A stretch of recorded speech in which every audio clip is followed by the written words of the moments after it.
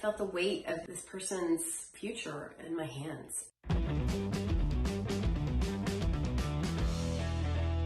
Hey everyone, my name is Elizabeth Garvish. I'm the managing member of Garvish Immigration Law Group. I'm back with you on this Wednesday for a Wednesday Win, where we tell you about one win we've had in our immigration practice. So I wanted to talk about a win that we had that seemed like one of the biggest challenges I've ever had in my career and really tested my faith, tested my clients' trust in me. It was a case where I met a young man who had come to the US with his mother as a child. His mother was a student and he came on an F2 visa. She never changed her status, didn't do anything, and he kind of grew up without proper status. He had a proper entry, but he didn't have a proper status in the United States, and now he was an adult and struggling a bit. He was what struck me as a very faithful young man, very involved in his church, a lover of God.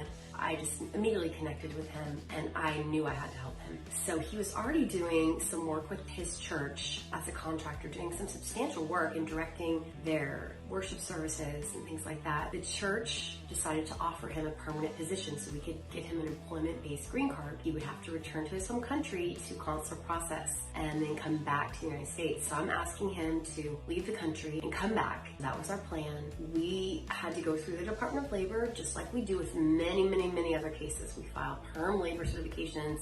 We filed dozens and dozens of these. This is where the test came in, a test of our faith and our trust of client and attorney. Just one thing went wrong after another.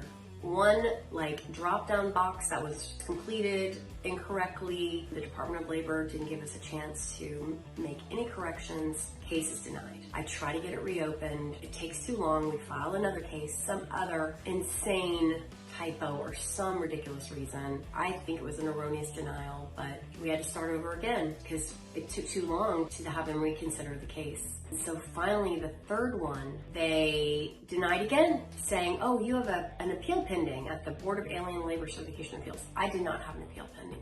I did not authorize that. It's not within their FAQs. I had tons of written correspondence with the Department of Labor about withdrawing that case specifically. We still got this denial, and that set us back. I had to overturn that decision. Once more time, that's 3 denials, and that's insane. It was like, I've never had this happen in my career. I mean, it's crazy, I'm admitting this. But we're all human beings, there's all mistakes. The problem with the Department of Labor is it's pretty much a standard of perfection. So fortunately, I was able to reopen that 3rd denial because I was right. They just approved it a couple weeks ago. We are moving on with the rest of the case. Of course, I had to send this guy back to his home country, which is the UK, which is not horrible. Every bit of bad news that I gave him, he took it. He knew.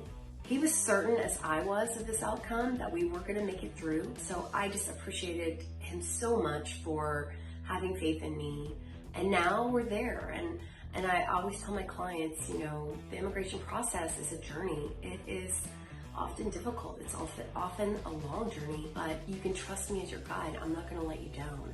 And this client actually stuck by me. And I had to send him out of the country way back when Trump put a new policy for the F1Js and Ms regarding unlawful presence. I was too frightened that he might accumulate unlawful presence if he stayed. That policy was later enjoined, but I had no idea. So he actually, as we discussed this later, he said, I got to come home to see my family. I actually learned a new skill. I've been working and living not under the radar as I was in the US without documentation. I've been able to feel this freedom. And of course I love America and I'm gonna come back, but this opportunity to spend this time was really a blessing for me. And thank you, that makes me feel much better, because I felt the weight of this person's future in my hands. And now we are moving forward. We've got other challenges with the Department of State and COVID, huge backlogs, but we're certain of this outcome. As I say, surrender to the certainty. He'll be coming home and